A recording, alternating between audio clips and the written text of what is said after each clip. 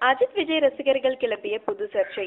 சமீபத்தில் இறந்த முன்னாள் ஜனாதிபதியும் விஞ்ஞானியுமான அப்துல் கலாமின் இறுதி சடங்கில் அஜித் விஜய் ஏன் கலந்து கொள்ளவில்லை என்பதுதான் இணையதளவாசிகளின் ஹாட் டாபிக்.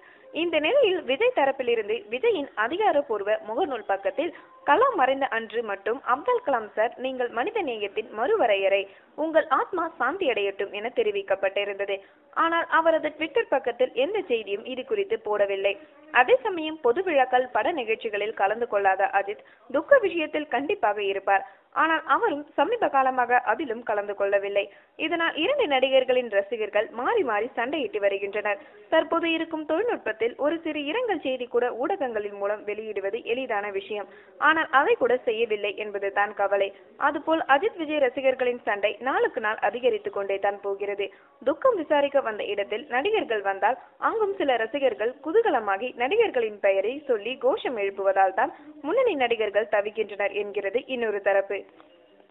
மேலும் சினிமா செய்திகளுக்கு சப்ஸ்கிரைப் செய்யவும்.